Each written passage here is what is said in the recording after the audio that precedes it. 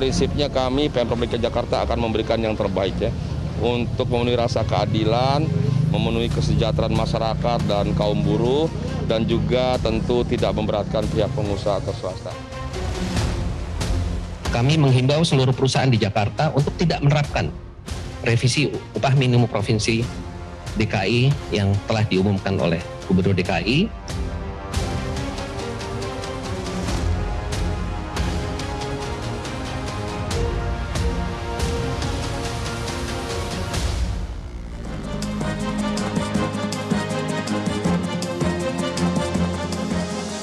Baik pemirsa, sebelumnya kami informasikan terlebih dahulu bahwa tim dari kontroversi sudah berupaya untuk mengundang pihak dari Pemprov DKI Jakarta, kemudian dari Kemenaker maupun Kemendagri untuk ikut dalam diskusi ini, tapi sayangnya belum ada yang berkenan. Sehingga kami lanjutkan lagi dengan narasumber yang ada di studio. Pak Aziz, jadi dari tadi persoalannya adalah apakah ini menyalahi aturan atau tidak, kemudian siapa sebetulnya yang paling berwenang untuk menetapkan UMP atau tidak.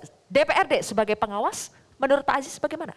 Ya, untuk mendalami hal itu, kami dari Komisi B Bidang Keuangan sudah mengundang Dinas Ketenagakerjaan untuk hadir dalam rapat kerja tanggal 27 Desember ini hari Senin. Oh, dan, baru mau mengundang ini ya? Di sana kami akan menanyakan dan klarifikasi apa saja proses yang sudah dijalani dan apa yang belum. Ya. Sehingga ini jelas baik untuk masyarakat, untuk pengusaha, dan untuk para pekerja. Sebelum ada penetapan itu peran dari DPRD bagaimana? Apakah ikut dalam mengawasi prosesnya ketika merunding soal angka? Kami tidak dilibatkan ya, dalam hal pengambilan keputusan tersebut. Jadi kami mendengar bahwa sudah ada pers release mengenai kenaikan upah minimum ini. Dan untuk itu kami memfollow up dengan memanggil ya, dinas dan juga seluruh SKPD lah yang terkait dengan hal ini. Oke, jadi kalau Pak Sinaga melihatnya, kalau dilihat saja Pak secara aturan kita kaitkan dengan Undang-Undang Cipta Kerja, kemudian ada putusan dari MK dan juga PP nomor 36 tahun 2021. Sebetulnya adakah yang menyalahi aturan di sini? Apakah Anies menyalahi aturan? Kalau saya melihatnya seperti yang saya katakan tadi bahwa Gubernur DKI melampaui kewenangannya. Karena sebenarnya semua keputusan kan bisa dengan komunikasi. Seperti perdebatan tadi, Apindo belum diundang, dan yang saya takutkan Pak Iqbal, jikalau nanti SK-nya tidak ditanda tangan, apa yang terjadi? Bagaimana sikap teman-teman buruh? Masih adakah kemungkinan SK-nya tidak ditandatangani? Saya kemarin itu komunikasi dengan Kepala Dinas, mengatakan masih dalam tahap sosialisasi. Kemarin persis, hari Rabu? Bukan, hari Senin kemarin. Saya udah ditunjukin sama Kepala Dinas, sudah ditandatangani, tapi... Ya, makanya saya bilang, gini Pak Iqbal, justru aja, itu... Bisa kan, berubah lagi, bisa berubah. Bukan, kalaupun ditandatangani kan sebenarnya kita udah tahu sebenarnya. Karena waktu saya tanyakan beliau, mereka bilang belum keluar SK-nya Bang, kita masih nanti mau sosialisasikan. Ya, memang akan diberikan pada saat sosialisasi. Pak Sinaga, setiap tahun itu lazim pemberian SK Gubernur tentang UMP atau UMK itu pada saat sosialisasi. Oke, terlepas dari sudah ditandatangani atau belum, apa yang Anda khawatirkan Pak Sinaga? Ya, saya khawatir dengan, ini kan seperti yang saya katakan pencitraan beliau ini kan masa baru dalam sebagai kan bisa aja nanti berubah lagi. Itu yang kita takuti. Pak Sinaga gini ya, kalau kita baca undang-undangnya, Dewan Pengupahan itu punya kewenangan hanya untuk mengusulkan, ya, tidak untuk menetapkan. Yang menetapkan adalah gubernur. Betul ya? Bang. Betul. Menurut Undang-Undang 23 2014, urusan ketenagakerjaan kan urusan yang sifatnya konkuren. Nah, disitulah dikasih kewenangan penuh di Undang-Undang Cipta Kerja pasal 88C, gubernur menetapkan. Nah, kalau dibilang apakah harus ada kesepakatan Dewan Pengupahan, dia mengusulkan, kata gubernur, ya saya mau menetapkan ini, ya itu haknya si gubernur. Saya sepakat Bang. Nah, jadi jangan juga. Saya gini, kan dia waktu membuat suatu keputusan pasti ada kajian awalnya. Dia udah kaji dong dari awal. Kenapa pada saat keputusan yang pertama itu dia tidak berpikir untuk bisa mengangkat angka seperti yang diputuskan sekarang? Karena belum ada keputusan MK, maka berlakulah PP nomor 36. Begitu keluar keputusan MK, terutama pasal 4 ayat 2 yang menyatakan bahwa pengupahan adalah kebijakan strategis, maka secara hukum Gubernur Anies memutuskan untuk merevisi. ditambah lagi dengan pertimbangan ekonomi bahwa tidak mungkin masa naik upah minimum di bawah inflasi. Jadi Vietnam saja naik 7,1% tadi saya bilang. Bang, kita sepakat. Thailand 3,6%. Jadi upah buruh itu kita sepakat. Jadi gini Pak, ya dalam pertimbangan di Undang-Undang Cipta Kerja dan PP 36, Gubernur mempertimbangkan ketenagakerjaan dan ekonomi. Ya. Jadi kalau upah minimum nih sebenarnya kalau kita bilang kontroversinya tuh bukan antara buruh dengan pengusaha. Pengusaha dengan pengusaha. Kenapa?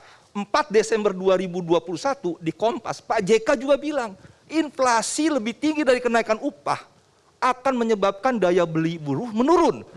Antar pemerintah menaker dengan Kepala Bappenas. Beda. Yang mengatakan, Kepala Bappenas bilang gini, naik 5% itu bisa mendorong kenaikan 180 triliun. Dapat nah, menggerakkan artinya ekonomi. apa?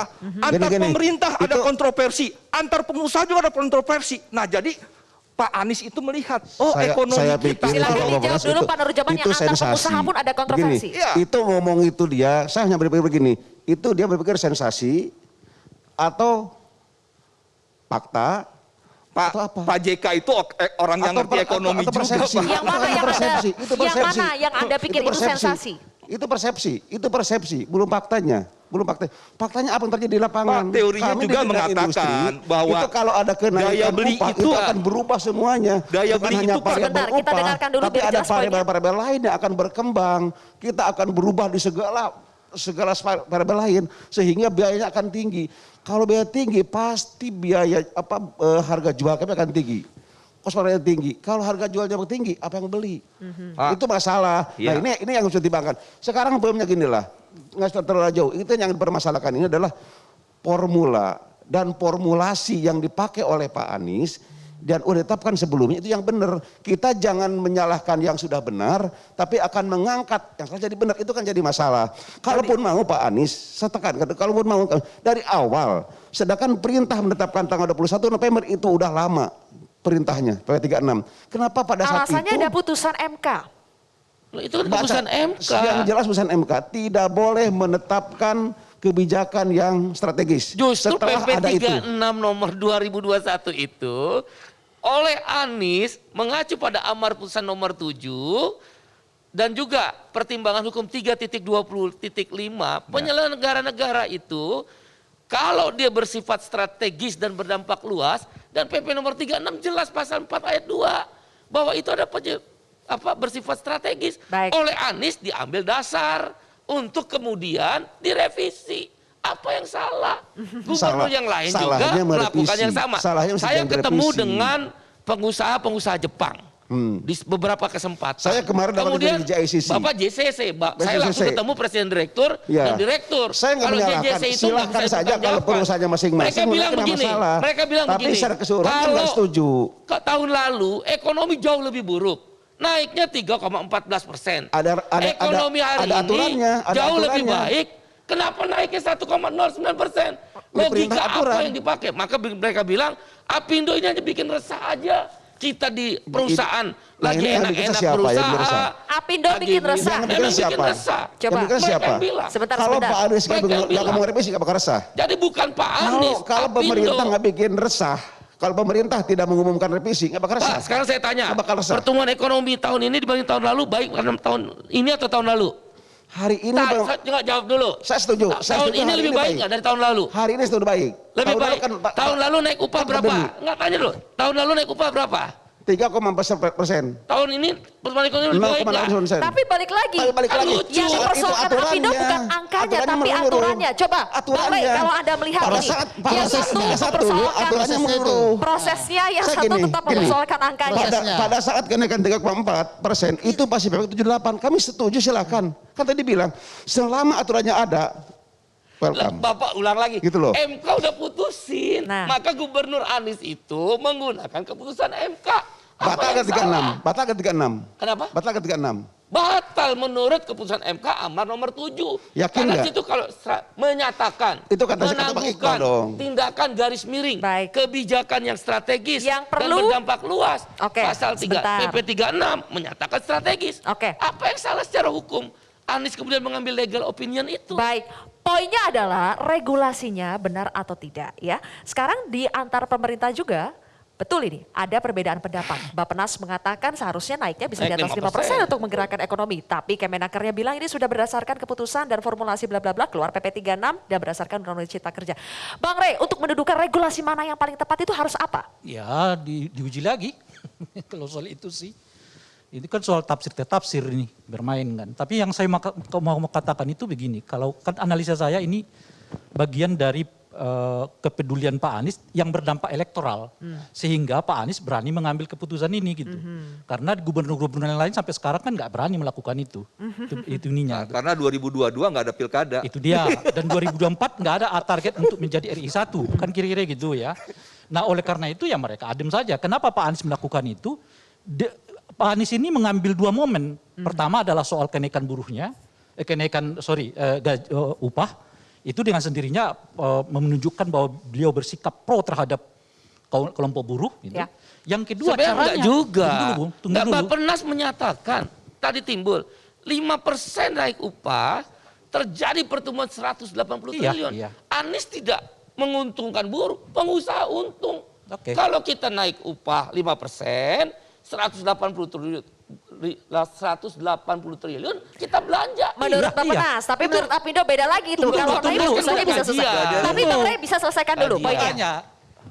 Jadi tolong jangan selalu seolah-olah buruh diuntungkan, pengusaha juga untung. Iya oke lah.